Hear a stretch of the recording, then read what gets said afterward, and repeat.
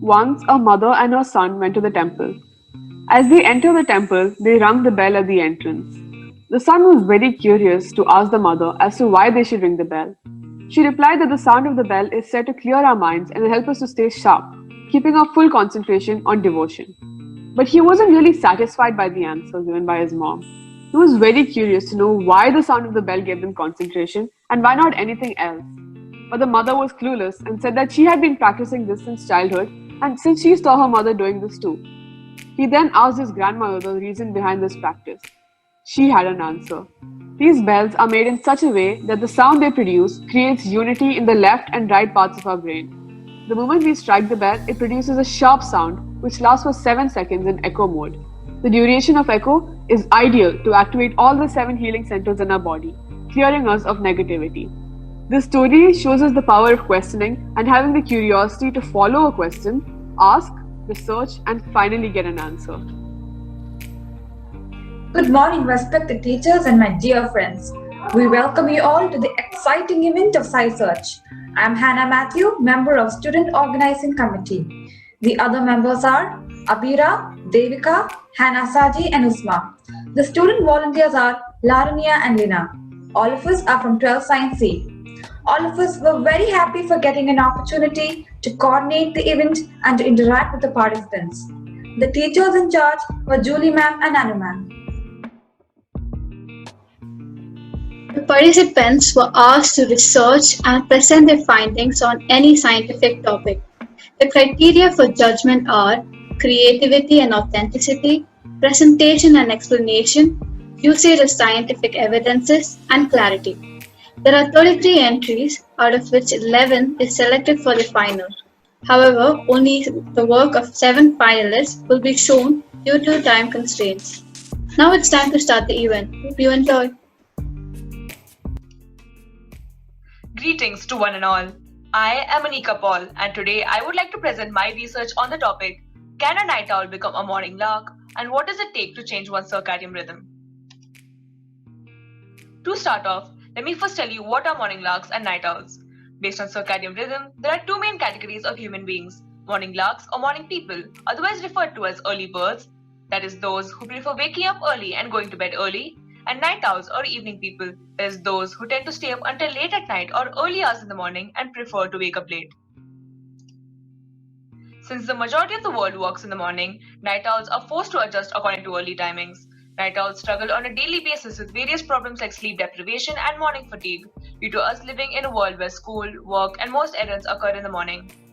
Research shows that night owls have a higher risk of suffering from heart disease and other disorders, as well as a 10% higher risk of an early death.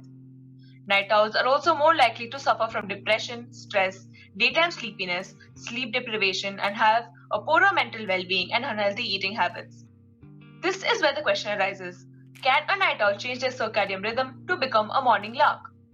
Fortunately, a recent study shows it's possible for night owls to shift their circadian rhythm and switch to earlier timings. Our circadian rhythms partially depend on our chronotype, so genetics does play a role in determining your body clock type, but it's also largely influenced by schedule and lifestyle. So by bringing slight changes into your lifestyle, one can reset their body clock by using certain interventions and psychological methods. Under certain conditions, a night owl is likely to be successful in shifting his or her circadian rhythm to become a morning lark. I conducted an online survey to help me analyze people's diurnal preferences and sleep-wake patterns. Following are the results. 36.6% of the people prefer to wake up after 8 am and 31.6% go to bed after 12 am, implying that at least 30% of the people are night owls. 84.2% get less than 7 hours of sleep, with night owls comprising at least 70% of the responses. 33.3% feel the most alert in the evening and after midnight, implying that they are night owls. Clearly, night owls form a significant minority. 31.6% of the people are not content with their current circadian rhythm, and 38.6% believe it affects their health in a bad way. 45.6% want to alter their circadian rhythm. 75.4% of the respondents believe that they can achieve and maintain a healthy circadian rhythm. Which brings us to the question, how do you change your circadian rhythm? In a recent study, researchers gathered a group of healthy night owls with an average bedtime of 2:30 a.m. and wake-up time of 10:15 a.m. and used simple non-pharmacological interventions such as targeted light exposure, earlier wake-up and sleep times, fixed meal times, and limited caffeine intake to shift their internal body clocks. For a period of 3 weeks, the participants were asked to wake up 2 to 3 hours before the regular wake-up time and maximize outdoor light during the mornings, which will make them feel fresh in the morning. Go to bed 2 to 3 hours before their habitual bedtime and limit light exposure in the evening, as it's a proven fact that light, especially from our phones, can cause disturbances in sleep. Keep sleeping and waking times fixed on all days without any afternoon naps. Have meals at fixed times and avoid caffeine after 3 p.m. By the end of the study period, the group had successfully shifted their circadian rhythms. The participants improved their well-being and performance. They felt less stressed and demonstrated better grip strength than before. They also shifted their peak performance times from evening to afternoon. I proceeded to try using similar interventions to see if I could shift my circadian rhythm within a week. I am a night owl, which interested me to research about this topic in the first place. As I had to wake up early for school as usual, I decided to wake up at the same time during weekends. I took a short walk outside every morning to maximize natural light. I refrained from taking my usual afternoon nap and evening coffee. I avoided using my phone from 1 hour before my bedtime. My usual bedtime was 1:30 to 3 a.m., so I started shifting my bedtime by 45 minutes each day and managed to have a bedtime of 11 p.m. by the end of the week. This experiment had quite a positive outcome. I got a good 6 to 7 hours of sleep. I felt drastically more alert in the morning and saw a better performance in school. I had a reduction in stress levels and experienced higher levels of serotonin, which is the hormone that helps you remain positive. I also got more time to study.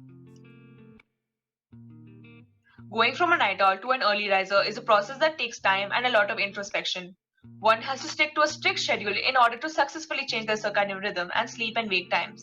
But it is very much possible. It requires certain techniques to shift one's schedule, but one can slowly retrain their routines and tire themselves out earlier in the day to get a usual sleep time. Getting a normal circadian rhythm can be very beneficial as it reduces the risk of multiple diseases as well as early death and improves your mental well-being and performance in school or work. Waking up and sleeping early results in lower levels of stress and anxiety and helps you feel more positive and energetic during the day.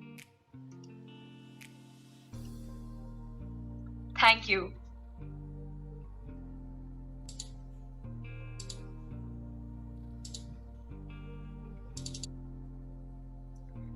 Darwin's theory of evolution tells us how life evolved from simple to more complex forms, and Mendel's experiments gives us the mechanism for the inheritance of traits from one generation to the next. But neither tells us anything about how life began on Earth in the first place. Good morning, teachers. I am Bhuvaneshwari Jayashankar, a student of Class 12 Science C. We can seek the answer to this question in the chemistry of the early Earth or in the biology of the first cell. But one must realize that chemistry and biology are just applied physics. Hence, I sought to explain the most debated problem in biology via the laws of physics. Is the emergence of life in the universe an improbable event, or, on the contrary, an inevitable one? For all the philosophers who ask how and why life conceived, this presentation aims to explain how the laws of physics demand the origin and evolution of complex life. How did life begin? An answer was suggested by the experiment conducted by Miller and Urey in 1953. They assembled an atmosphere similar to that thought to exist on early Earth. This had molecules like ammonia, methane, hydrogen sulfide, but no oxygen over water. This was maintained at a temperature just below 100 degrees Celsius, and sparks were passed through the mixture of gases to stimulate lightning. At the end of a week, 15% of the carbon from methane had been converted to simple compounds of carbon, including amino acids, which make up protein molecules. Even the most primitive protocells have cell walls. The synthesis of fatty cell membranes has been attributed to the chemical nature of lipid molecules. In an aqueous solution, their lyophilic alkyl tails and hydrophilic ionic heads tend to arrange themselves such that they enclose a hollow cavity. What is life? To understand life, we must first understand entropy. Entropy is interpreted as the degree of disorder or randomness in the system. The second law of thermodynamics states that the entropy of the entire universe as an isolated system will always increase over time. But there is one type of system that seems to resist this universal law and maintain low entropy. That system is life. Life has exceptionally low internal entropy because its structures are function-oriented, hence intricately specific and non-random. Why did life begin? Not only is life stunningly complex, but that complexity increases over extremely long time scales, from prokaryotes to single-celled eukaryotes to simple ocean invertebrates, followed by an explosion of complex animal life, and finally, us humans. Naively, this increase in order appears to contradict the second law of thermodynamics. But we need to note that our biosphere is not a closed system. The sun's light warms the atmosphere and the oceans and powers photosynthesis at the bottom of the food chain. On the other hand, the system of the earth plus the sun is increasing in entropy. Life acts to reduce its internal entropy by increasing the entropy of the surroundings. Life absorbs order and ejects disorder into its surroundings. Thus, we can safely conclude that life evolved as a machinery to increase the entropy on the larger scale. How? Let's probe deeper. The physics of life. Life feeds on energy gradients. When two systems with different energy levels come into contact, energy must flow. Life feeds on that flow. In fact, widely accepted hypotheses predict that the first protocells arose in tidal pools, deep-sea hydrothermal vents, under surface of ice sheets, or the surface of arcing seas. All these environments share a critical property. They sit at persistent energy gradients. Evolutionary chemistry. The plausible environments mentioned above are constantly struggling to reach equilibrium by dissipating energy. Some of that energy gets distributed into chemical bonds, catalyzing the formation of molecules from nascent atoms in the primordial soup. Complexity increases indefinitely as a byproduct of the system striving to redistribute the endless gradient in energy. At some point, natural selection takes over, molecules self-catalyze, they help drive chemical reactions that make more of the same. This, in biological terms, is self-replication, or more precisely, reproduction. Therefore, life and reproduction are a very natural part of the thermodynamic drive to dissipate energy. The most random possible form for energy is thermal radiation. Longer the wavelength, lower is the energy of photons, hence higher is the entropy. A plant absorbs the concentrated ultraviolet light from the sun and reprocesses it into infrared heat glow. Animals consume high energy packets of matter called food and convert it into lower energy density waste and the same infrared heat glow through metabolism.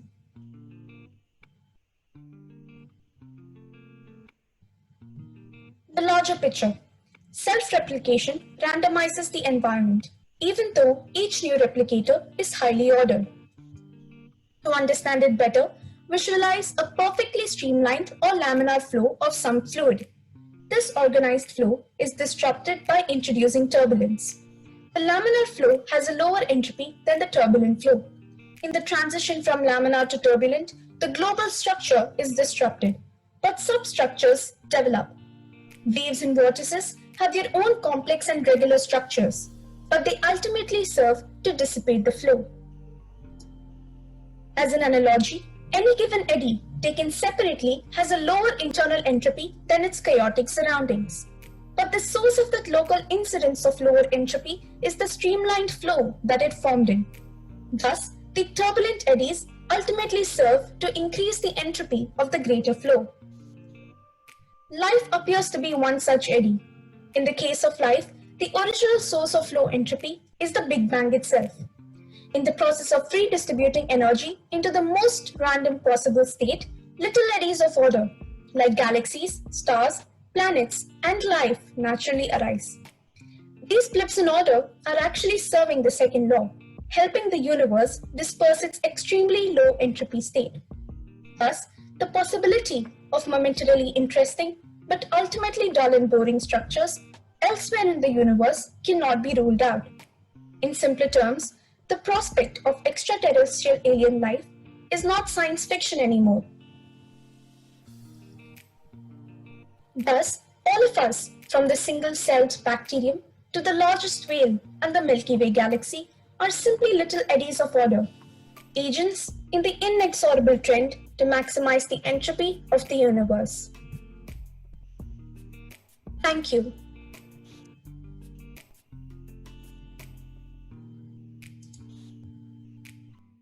Warm greetings to all teachers and my fellow mates who are watching this video. I, Faruna DeMello and Janvi Kulkarni have conducted a research on stress and procrastination among students.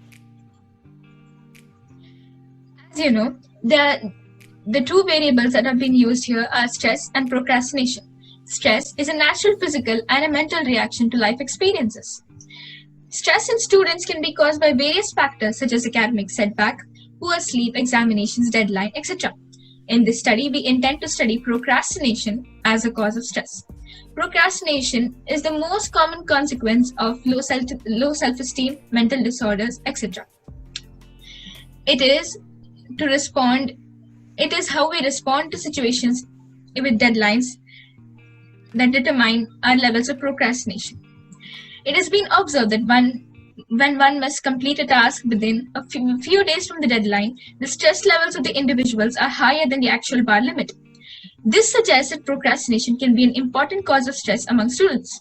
The correlation between the two variables will verify this fact.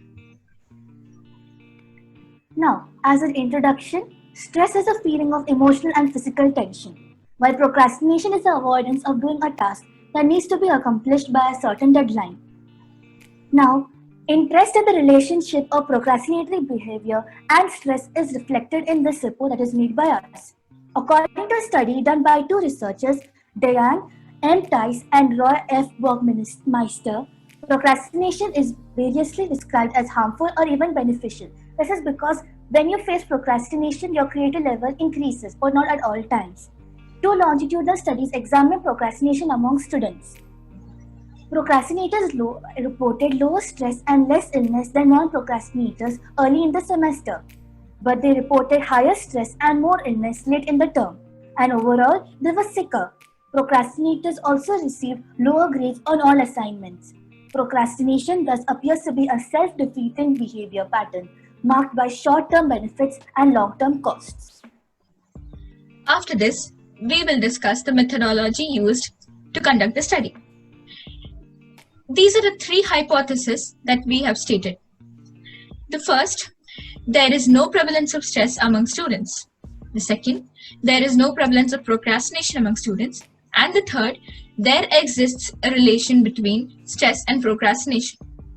The two methods of inquiry that we have used in the study are survey method and correlation method. We have used a self-generated Microsoft form with 24 questions, which we divided into two, one for stress and one for procrastination.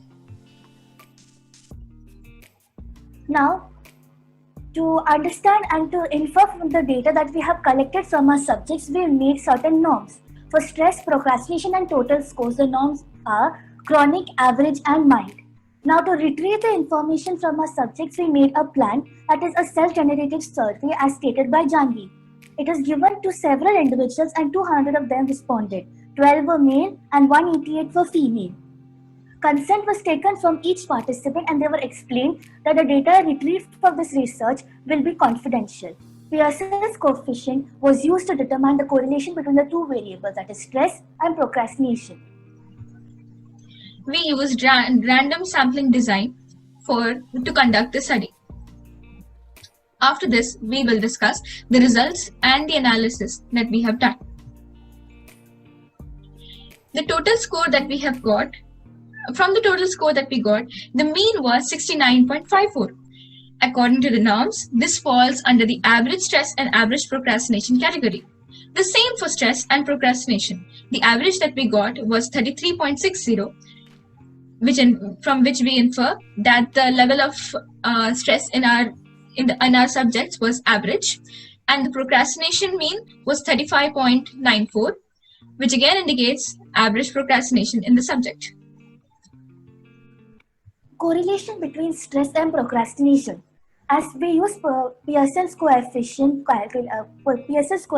online, we receive the value of R as positive 0.6584, which means that is a moderate positive correlation between stress and procrastination. So, stress is directly proportional to procrastination and vice versa. The below graph also states the same. Even though the points are not arranged in a straight line as it is in a strong positive correlation,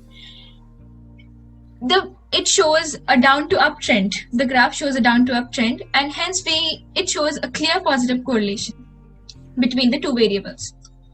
Now we come to the discussions and the conclusions inferred from our study. The overall sample was analyzed on the levels of stress and procrastination as stated before. The mean was 33.6 for stress. This indicates that the level of stress in the observed student population was average. Thus, the null hypothesis 1, which we stated, that there is no prevalence of stress among students, is thus rejected. The same for procrastination. The mean that we received for procrastination was 35.94. And according to the norms, this falls into the average category. That is, the procrastination in the observed student population is average. Therefore, our second null hypothesis that there is no prevalence of procrastination among the students is thus rejected. To understand the association between the variables stress and procrastination, the data was subjected to Pearson's coefficient of correlation. So as told before, R we received as positive 0.65, which means that we got a moderate positive correlation between stress and procrastination. Thus, the positively moderate correlation indicates that these variables are directly proportional to each other. That is, higher level of stress attributes to higher level of procrastination. Therefore, higher levels of stress in a person can cause the individual to procrastinate more. Increased procrastination of a person can result in increased stress. So, from the above information, it is evident that our null hypothesis 3, that is, there is an association between stress and procrastination, is accepted. This indicates that procrastination is one of the maybe not the most important, but it is an important cause of stress in students. However, stress in the tested sample could have been caused by many other factors such as peer pressure, family problems, mental health issues, health complications, and other personal problems too. Also, the unequal number of male and female participants make the results of the study a little less reliable. If the same study would be conducted in a more scientific manner, the results could be generalized easily. The existing research done by many other psychologists and scientists already asserts that there is an association between stress and procrastination. Hence, this particular study done by us could in turn prove useful to other psychologists and neuroscientists trying to find the underlying causes and cures of stress among individuals. From the study, we understand that stress and procrastination are directly proportional, and they are important variables that one needs to study to balance his or her life. Below is the appendix, which proves the references that we have used to get the information. So the books that we have used is Procrastination and Task Avoidance Theory, Research and Treatment by Joseph H. Ferrari, Judith L. Johnson, William G. McCown, which was edited in 1995. And some of the web references that we used are given below. Also, the survey that we used has been attached in a link form in the original research paper. So hence, don't stress and don't procrastinate. Thank you. Thank you.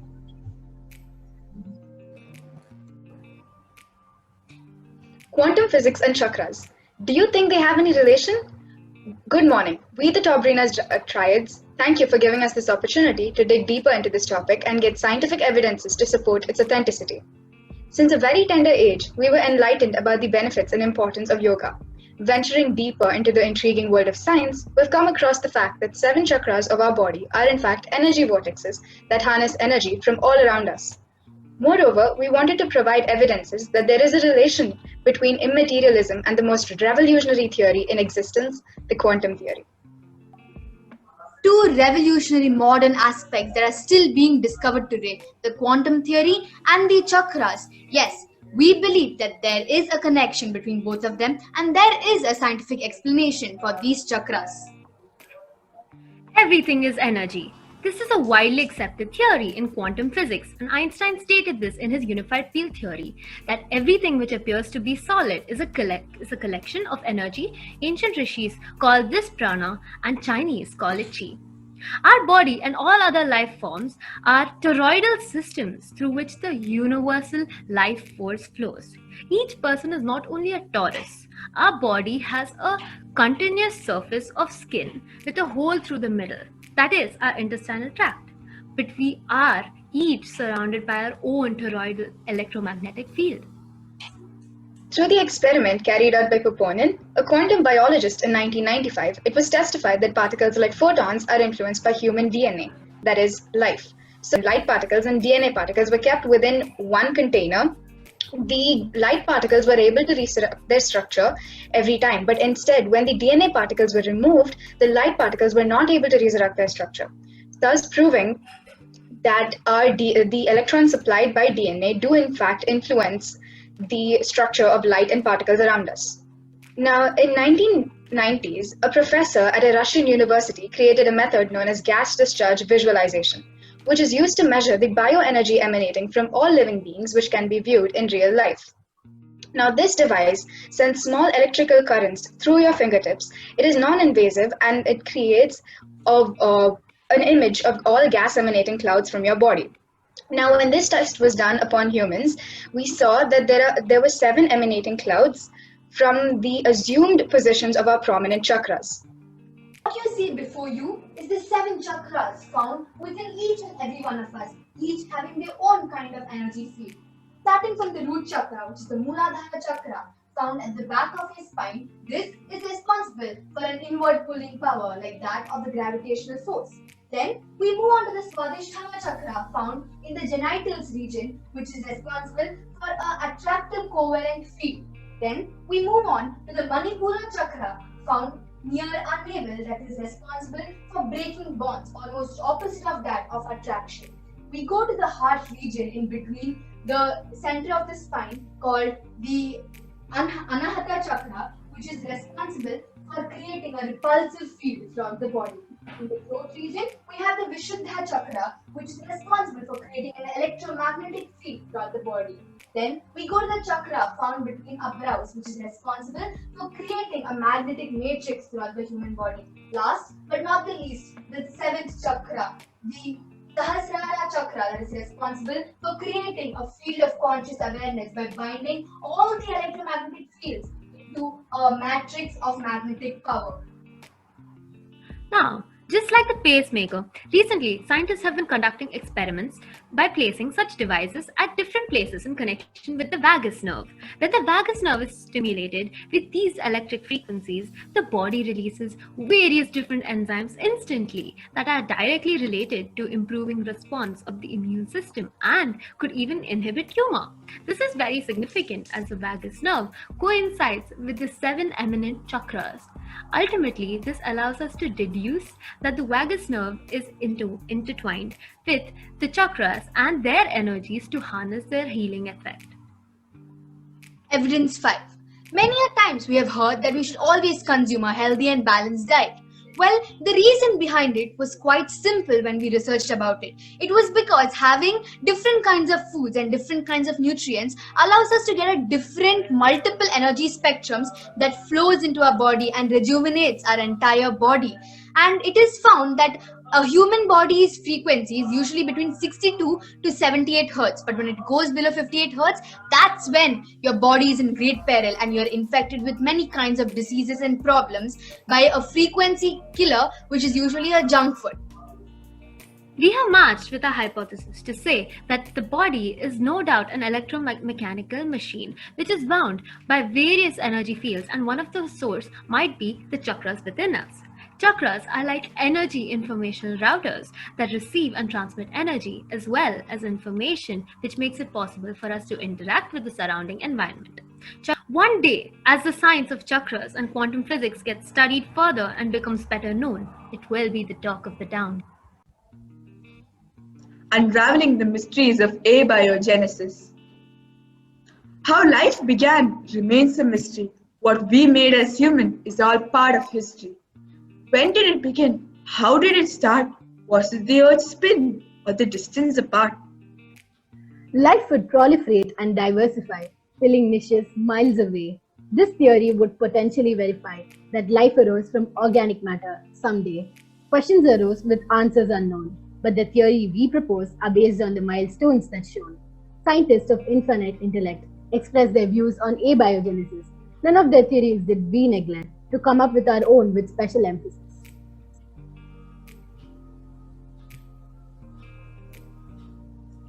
Oparin and Haldane did suggest that primitive Earth had thin atmosphere. Life from oceanic primordial soup did adjust with ultraviolet radiations as a volunteer. But Miller and Urey didn't fall behind when they first tried to recreate resistance. A big confusion did they unwind the conditions for a unique existence. Ammonia, water, hydrogen, and methane, chemicals in a sterile glass setup. None of the efforts went in vain as amino acids were identified for startup. Hazen experimented with capsules made of gold, 3 in pressure bombs at 480 degrees. He did take a decision, bold. Origin of life in deep sea vents remains a mystery. The Malkijanian theory took another approach, calling zinc sulfide an important ingredient. The ability to reduce carbon dioxide as approach, showing signs of life, nature laws obedient. Yet we believe in fresh ideas. This mystery remains curled until small minds dare to untie the knots.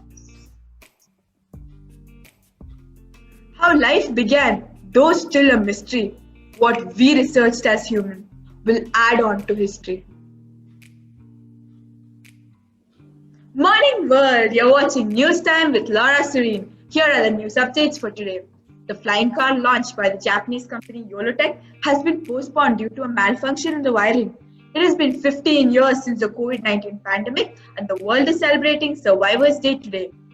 Today, the big news viewers, today it has been cracked. 2nd August 2035, the big question. The origin of life has been cracked.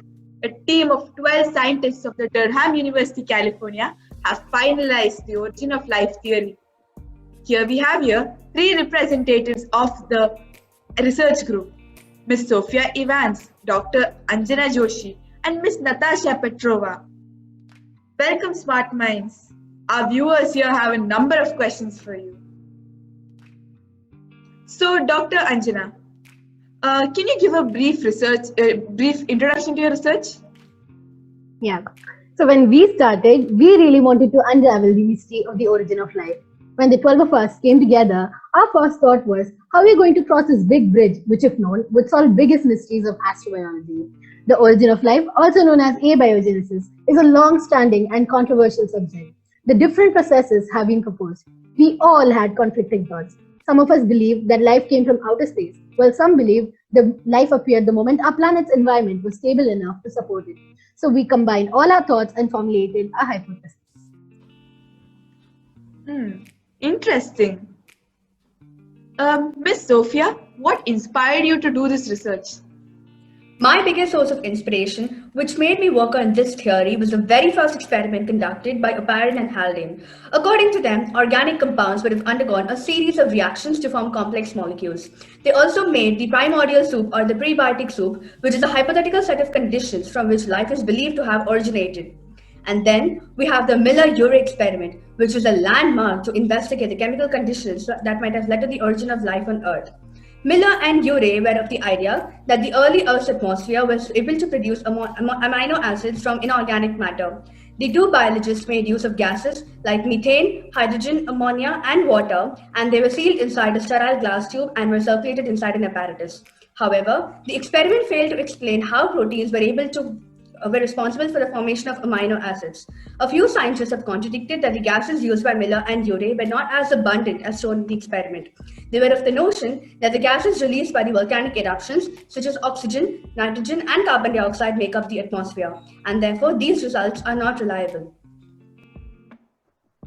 That's great. And Miss Natasha, can life originate everywhere? I believe that the complex high-pressure hydrothermal vent environment might be where life initially began. The basic molecules of life are able to form in all environmental conditions. In our first experiment, we used the pressure bomb that encased a few milligrams of water, an organic chemical called pyruvate, and a powder that produces carbon dioxide, all in a tiny capsule made of gold. We put 3 capsules into the pressure bomb at 480 degrees in 2000 atmospheres. Our end products were 1000 different organic compounds. So does this mean you're contradicting the Haldane-Apple theory? According to the theory of primordial soup, the chances of molecules across the prebiotic ocean bumping into each other in order to create chemical reactions that synthesize larger structures are infinitesimally small. So this makes us believe that rocks such as ore deposits surrounding hydrothermal vents may have contributed to bringing amino acids together to form complex protein structures. During my research under Dr. Armin Malkajanian, who was focused on repeating the Miller-Urey experiment under the new atmospheric assumptions, we came to the conclusion that this new mixture does not produce amino acids. Our team analyzed the metal content of modern cells and found surprisingly high levels of zinc, particularly in the complexes of proteins with DNA and RNA molecules. In nature, zinc sulfide particles precipitate only at deep sea hydrothermal vents. Its ability to store light makes zinc sulfide an important factor in the discussion on life's origin. So our theory explains that once illuminated by UV light, zinc sulfide can efficiently reduce carbon dioxide just as plants do. So on reading your document, I came across this big question you had. Is it possible that self-replicating cells can be spontaneously created from abiotic components? The world wants to know, is it true? So at this moment, we have not found a way to create life from abiotic components, as it is not possible to alter the present atmospheric conditions and get the early atmospheric conditions that we had 4 billion years ago. As the early atmosphere was thinner than the present atmosphere, UV rays could pass through and hit abiotic components such as amino acids, and organic compounds would be synthesized at a wide range. The complex organic molecules would have undergone a series of reactions to form complex molecules. But however, we have proved the biggest mystery about how did life originate. In future, as technology develops, this might be possible. So what advice do you give the younger generation? Our advice to the younger generation is to be inquisitive and curious. And ask your questions however silly they are.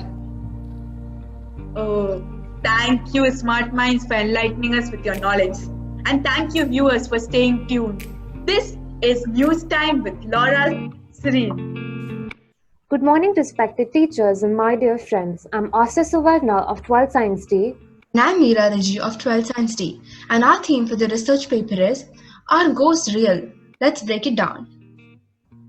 Being students of science and psychology, we have often wondered the theories behind ghosts, people's strong belief about ghosts, our natural curiosity about the paranormal, and this being a highly ignored subject intrigued us to choose this topic for our research paper today. Scientific explanations for ghost scientists. In our paper, we will first discuss the beliefs about existence of ghosts that people have. We will then try to answer the question, do ghosts exist or not? We will finally unveil the real cause behind paranormal incidents with our explanations based on biology, psychology, and physics.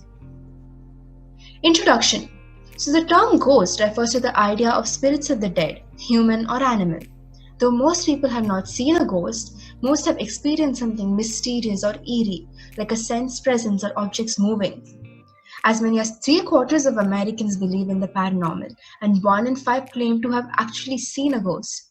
Cultures all around the world believe in spirits, and we have tried to communicate with spirits for ages. We conducted this survey on around 50 people, where we first asked them, do you believe in ghosts? To which 43% said yes. We then asked them if they had experienced anything spooky, to which 9% said yes.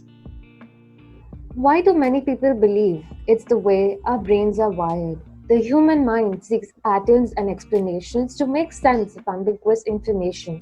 We often see ghosts in situations where we are expecting to see them. It's related to a belief in life after death.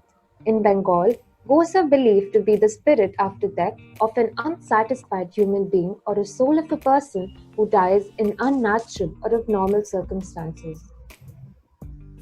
Lack of evidence. Despite the efforts of thousands of ghost hunters, not a single piece of hard evidence has been found of ghosts. There are possible reasons. Ghosts don't exist, and that reports of ghosts can be explained by psychology, misperceptions, mistakes, and hoaxes.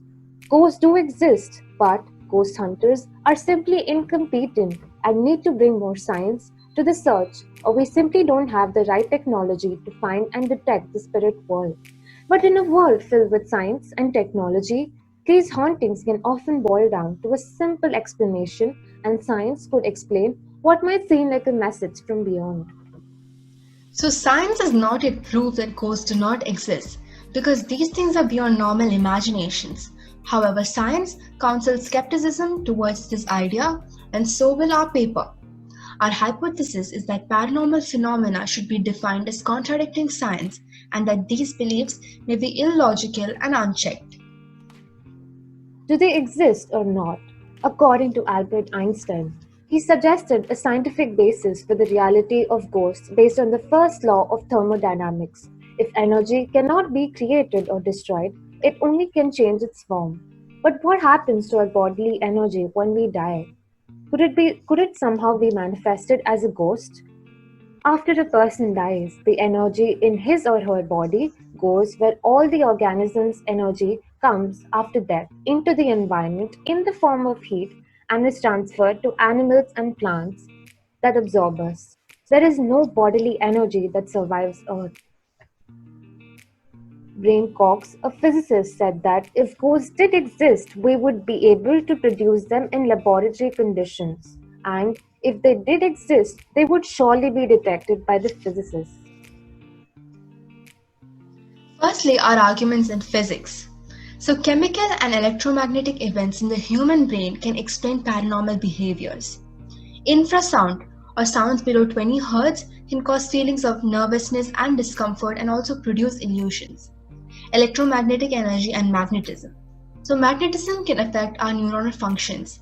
In an experiment conducted, neuroscientists were able to create a rush of fear and apparition in a 45-year-old man by only using magnetic fields.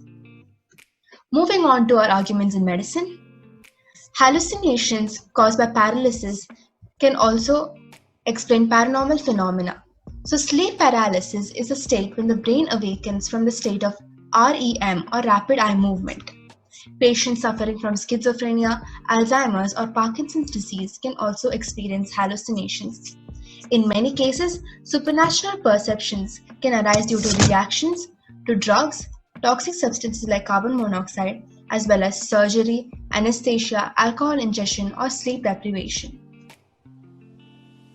Inattentional blindness. The brain's picture of reality sometimes include things that aren't there. This is called as inattentional blindness. Memory does not work like a video camera. You only remember things that you pay attention to. And these type of people report high levels of paranormal phenomena. Next is pareidolia.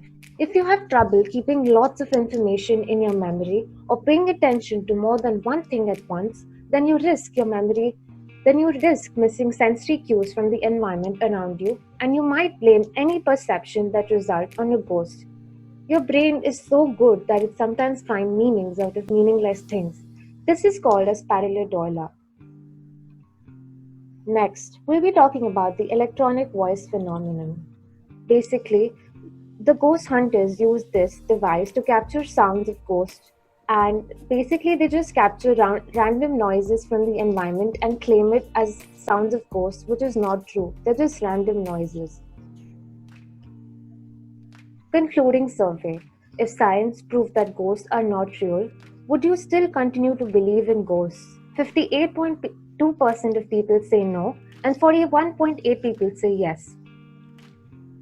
So our arguments show how easily paranormal behaviors and experiences can be explained based on medicine, physics, and faulty activity in the brain. We thus proved our hypothesis right and justified that ghost sightings are nothing but misinterpretations. Be cautious. So next time, if someone tells you a ghost story, remain skeptical because you know the reason behind ghosts. Something scarier than spooks and spirits is the fact that you can't even trust your own mind. Thank you. Thank you.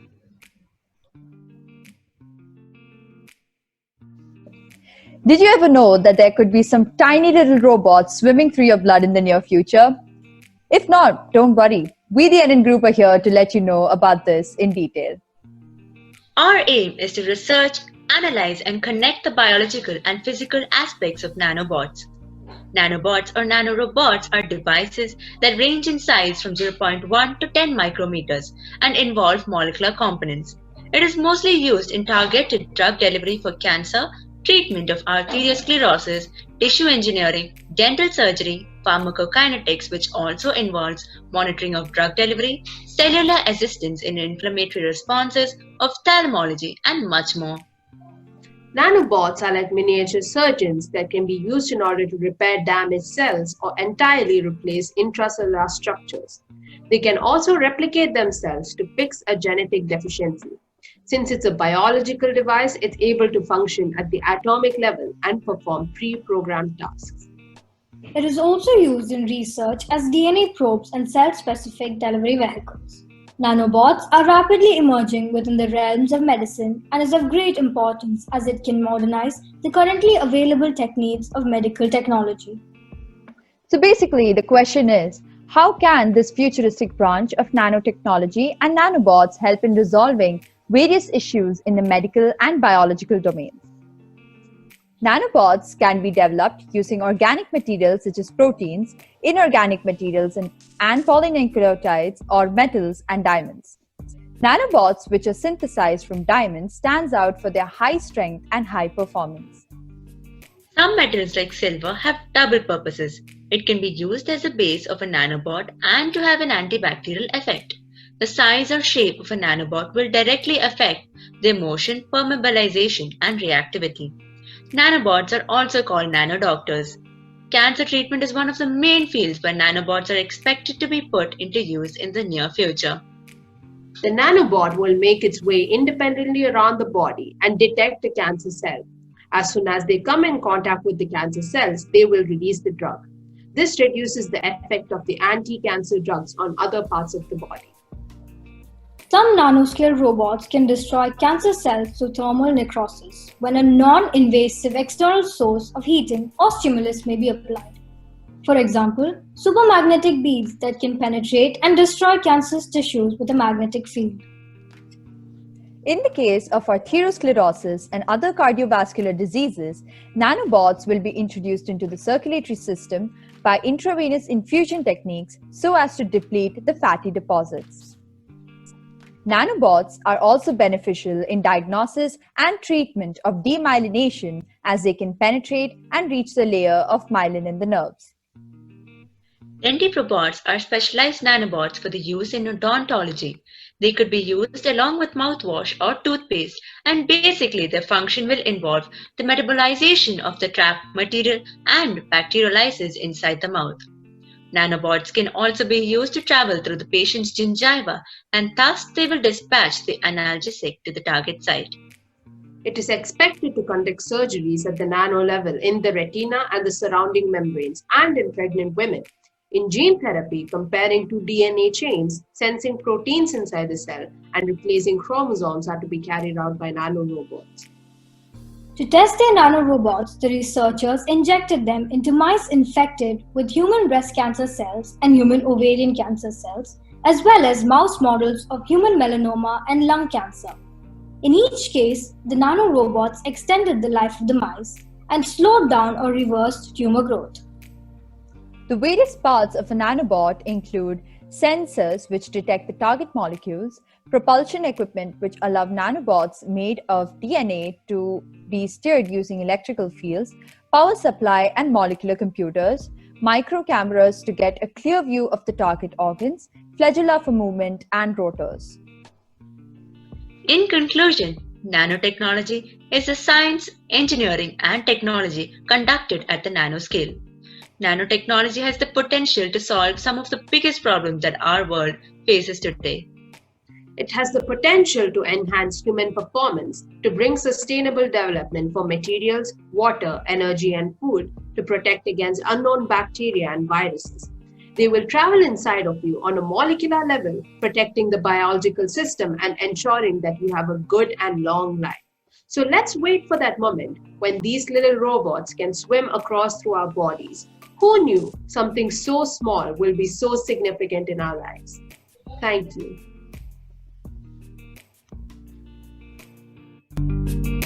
I would like to take this opportunity to place on record a hearty thanks to Smita ma'am, Anu ma'am, and Julie ma'am for their perfect logistic support and guidance they've extended to all of us in SciScape 2020 to 21. Mention to our CEO, management, respected Principal Latika Narain ma'am and Rachna Saran ma'am for being the catalyst that stimulated us to do our best and standing as pillars of strength. With a deep sense of appreciation, we thank our loving teachers for their untiring efforts. I also extend my thanks to the judges, organizing committees, and volunteers for their enormous cooperation. I cannot thank everyone enough for their involvement and willingness to take on completion of tasks beyond their comfort zones. An event like this cannot happen overnight. The wheels start rolling weeks ago. It requires planning and a bird's eye for details. We have been fortunate enough to be backed by a team of very proactive and dedicated staff and students of our institution who are well versed. Thank you.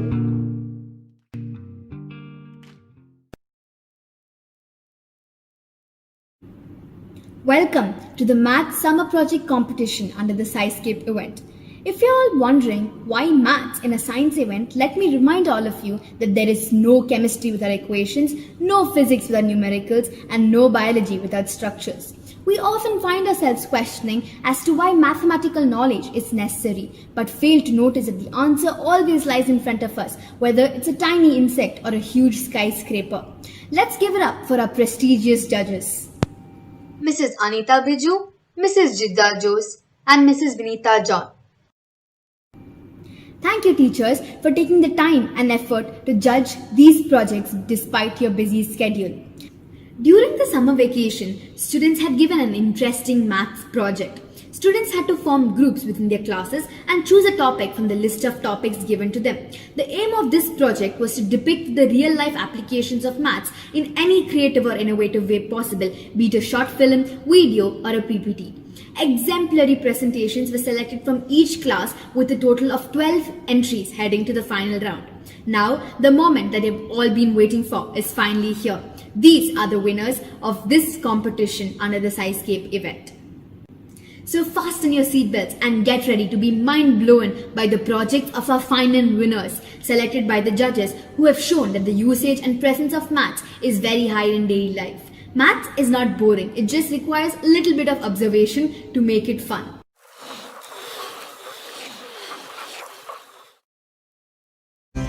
Math and environment. Fibonacci numbers. The Fibonacci series is a series in which each number is the sum of the two preceding ones starting from 0 and 1. For example, the early part of the sequence is 0, 1, 1, 2, 3 and so on. Fibonacci sequence can be found in petals and seashells too. The number of petals most flowers have are 3, 5, 8 or more, and these numbers are part of the Fibonacci sequence. It can be seen in flowers like lilies, buttercup and wild rose.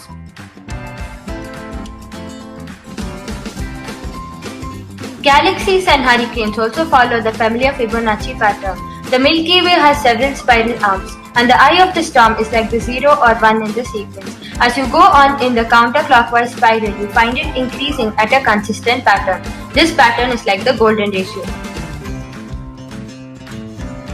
Fibonacci's rabbits. Suppose a newly born pair of rabbits, one male and one female, are put in a field and mate at the age of 1 month. Every month they produce a pair of rabbits, one male and one female. Let's assume that our rabbits never die. The puzzle that Fibonacci posed is how many pairs will there be in 1 year? At the end of the second month, the female produces a new pair, so now there are 2 pairs of rabbits in the field. At the end of the third month, the original female produces a second pair, making 3 pairs in all. At the end of the fourth month, the original female produces another new pair, and the female born 2 months ago produces her first pair, making 5 pairs. This is the Fibonacci sequence. Math in survival of organisms. Many animals depend on mathematical ratios as both a form of camouflage and predation. Animals like the diamondback rattlesnake use perfect geometric ornamentation to blend into the environment. Organized patterns and color schemes are used both as a way to attract mates and dissuade predators. Take a look at this. It is nearly impossible to spot the diamondback rattlesnake. The patterns on its scales help it to camouflage in this environment.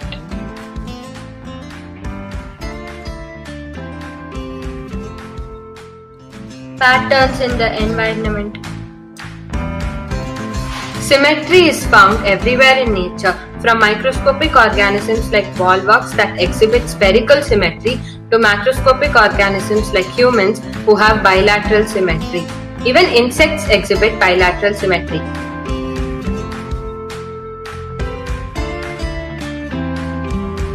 There are distinct reasons why organisms have specific symmetries.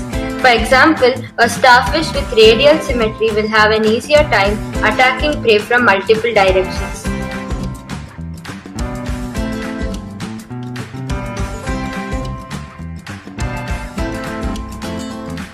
Do you know what fractals are?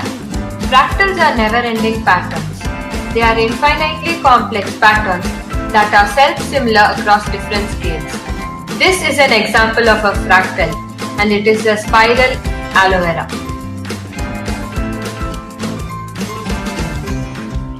Here are a few other examples for fractals in nature.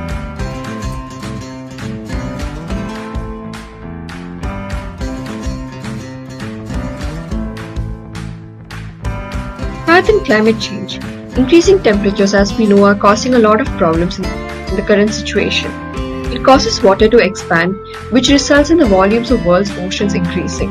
This causes the sea level to rise, which poses a lot of problems for our climate.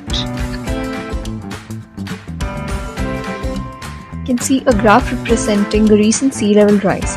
The slope of the graph representing sea level change can be found by drawing a straight line and using point slope form, slope intercept form, or 2-point form. Here's a sample question. What would be the equation of the straight line in 2-point form, point slope form, and slope intercept form? We can see that in the first part we use the formula y minus y1 is equal to y2 minus y1 by x2 minus x1 into x minus x1. In the second part, we can see we're using the formula y minus y1 is equal to m into x minus x1. In the third part, we use the formula y is equal to mx plus b.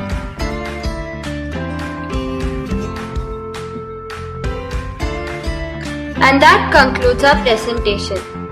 The next time you see something in nature, I hope that you're reminded of mathematics.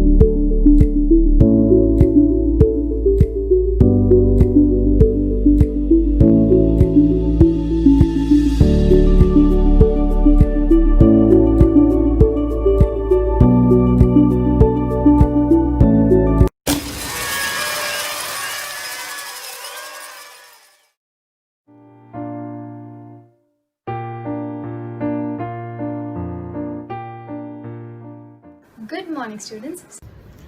Good morning, ma'am. So today I'll be starting with a new chapter, but not in the usual way. Instead, I'll start it with a fairy tale. Once upon a time, there lived an evil queen in her enormous castle.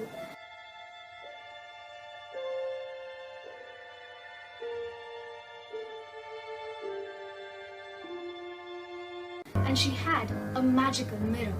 She asked the mirror the same question every day. Mirror, mirror on the wall, who is the prettiest of them all? You, my lady. But one fine day, the mirror's answer was different. Mirror, mirror on the wall, who is the prettiest of them all? Snow White, my lady. What? How? Snow White has a near perfect golden ratio, my lady. What is this golden ratio? A man named Fibonacci explained this in his golden spiral and Fibonacci sequence. Who is this Fibonacci now? Let me show you. One day, as Fibonacci was walking, his father came up to him and gave him a question to solve. His problem was, if two newborn rabbits are put in a pen, how many rabbits will be in the pen after 1 year? After much calculation and trial and error, Leonardo of Pisa came up with the now known as Fibonacci sequence. Fibonacci is a shortening of the Latin Filius Bonacci, used in the title of his book Liber Abaci, which means the son of Bonaccio. His father's name was Guglielmo Bonaccio. Now I'm sure most of you all might have heard of the term the golden ratio, but what does it actually mean? The golden ratio describes predictable patterns on everything from atoms to huge stars in the sky. The ratio is derived from something called the Fibonacci sequence, named after its Italian founder, Leonardo Fibonacci. Nature uses this ratio to maintain balance, and the financial markets seem to as well. Oh, so Fibonacci is the root cause for all my problems?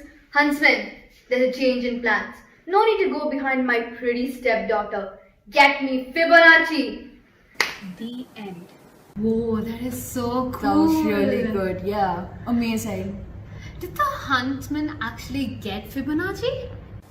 That's not the point here, dear, but you can understand the concept of Fibonacci better while playing this board game.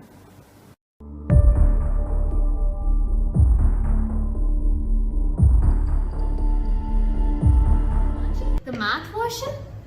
This reminds me of that movie. They get transported to different places. Oh my god, we should try this out. Okay, I see the dice here. Okay, you be brown, I be the white. Okay, and let's go first. Garden.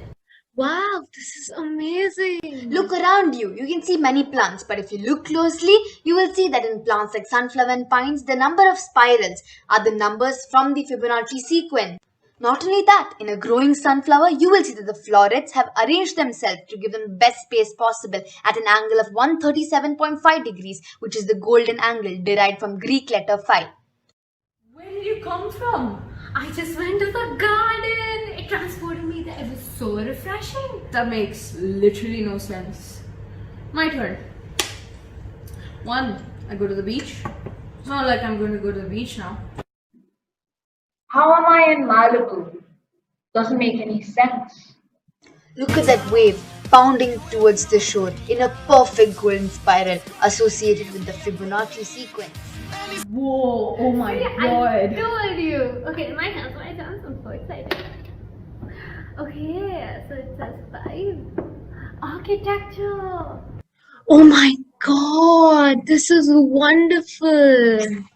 The Parthenon temple, dedicated to Mother Athena in Greece, looks pleasing to our eyes because of its proportionate dimensions associated with the golden spiral and Fibonacci sequence. Where did you go this time? I went to Greece and I got your souvenir. That's amazing. I see space next. Wonder what that is. Okay, my turn. Space. Whoa, I'm in space now. The spiral arms of the galaxy follow the Fibonacci sequence by starting from 1 unit, then 1 again, 2, 3, and so on, completing the sequence. Whoa, I just went to space. That is so cool. I was floating. Can you imagine? Did you understand much better now? Yes, Mom. Now look at your thumbs. You'll see this is another example of Fibonacci as well. I can see the spiral. Yes. Apart from these, we also see Fibonacci in the shape of cyclones, hurricanes, in sprouts of pineapples, pine cones, and also the spider webs at your balcony. So you see, math is not just about exams, it's also about practical application.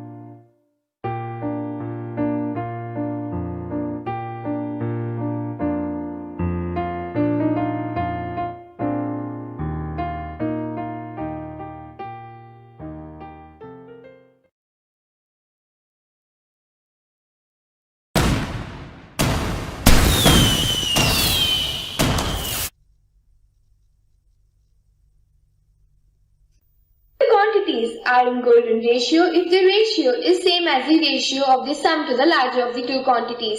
This means that if there are two quantities A and B and A is larger than B, then A by B is equal to A plus B by A, which is equal to 1.61A, which is a mathematically irrational number.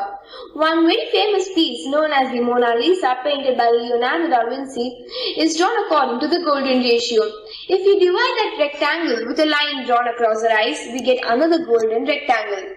In the painting Last Supper, various design and architectural features show very clear golden ratios. Some believe that even the positions of the disciples around the table were placed in divine proportions to Jesus. There are various instances of golden ratio being used in Greek architecture and Egyptian pyramids also.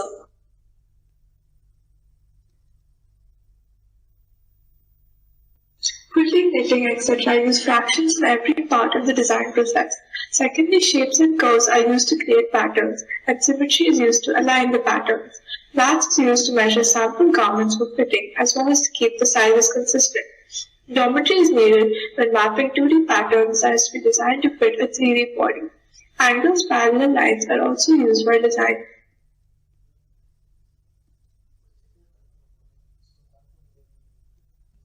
The minaret's weight, angles, and sizes were decided and constructed with the help of mathematical calculations.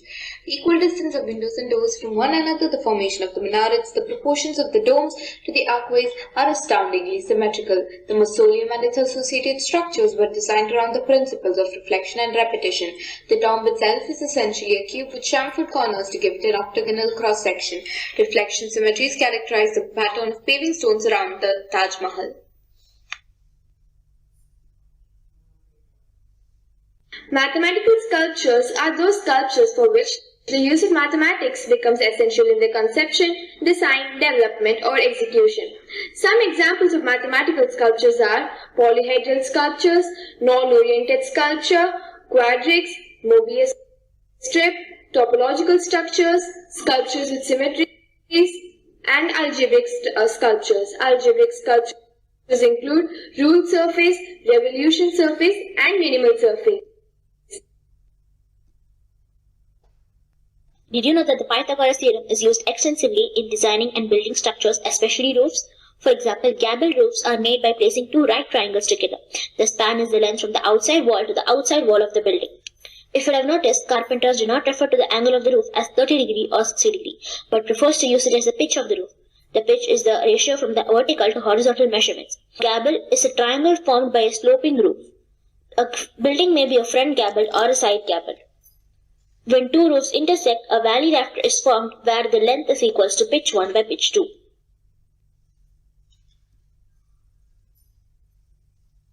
Fractal is a type of mathematical shape that is infinitely complex. In other words, fractals are a visual expression of a repeating pattern that starts out simple and gets progressively more complex. The most commonly shown fractal is called the Mandelbrot set, named after the mathematician Benoit Mandelbrot, who coined the term fractal. Another example is the snowflake curve by Hersch von Koch. It is a mathematical figure with 6-fold symmetry like a natural snowflake. Zoomed in on this picture, you could find thousands of interconnected eclipses. This was created by the artist Hamid Naderi Agane. To produce images like this, the artist uses programs that instruct his computer how to implement his formulas, which often entail trigonometric functions such as sine and cos, but not always. He can produce thousands of shapes by altering just a few parameters in a single formula.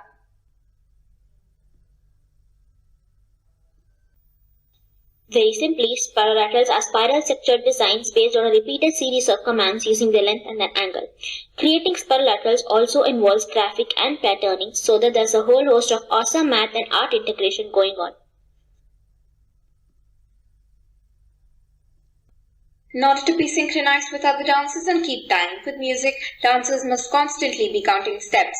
Dancers form angles, lines, and simple shapes with their arms and legs. These shapes include circles, triangles, and more. In order to make it more appealing and make it possible for all dances to be seen, we use different types of geometrical formations such as parallel lines, circles, squares, and pyramids. Our dance displays patterns of symmetry such as reflection, rotation, translation, and glide.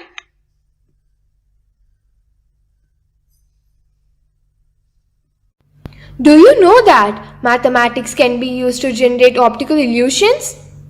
This great optical illusion was created by placing hexagons of nearly same size in a particular pattern, and this great optical illusion was created by placing circles of various sizes in a particular pattern. Did you know that math had many uses apart from addition, subtraction, multiplication, and division?